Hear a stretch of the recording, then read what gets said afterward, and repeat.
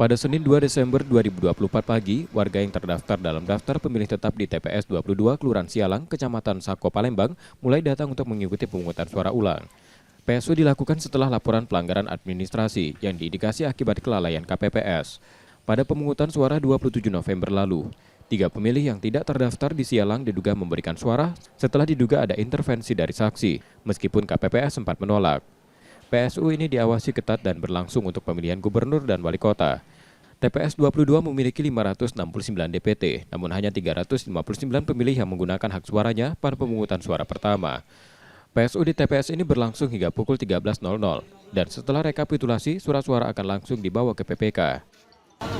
Ketika pas mendaftar di sini memang sudah pertama kali sudah ditolak sama ketua KPPS, sudah menjalankan tugas dengan baik mereka, tetapi karena adanya intervensi dari pihak lain, makanya mereka bilang, oh ini bisa memilih.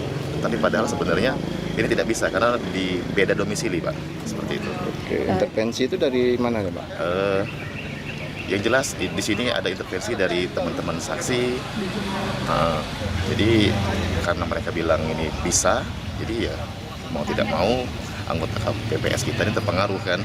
Karena di saat itu mereka juga dalam keadaan kredit, dalam keadaan ramai juga.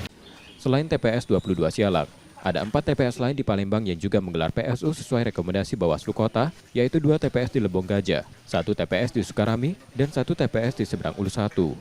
Pelanggaran lain yang ditemukan adalah pencoblosan oleh salah satu DPT yang diwakili keluarga. Resi Oktora, Mokles Diferensial, Kompas TV, Palembang, Sumatera Selatan.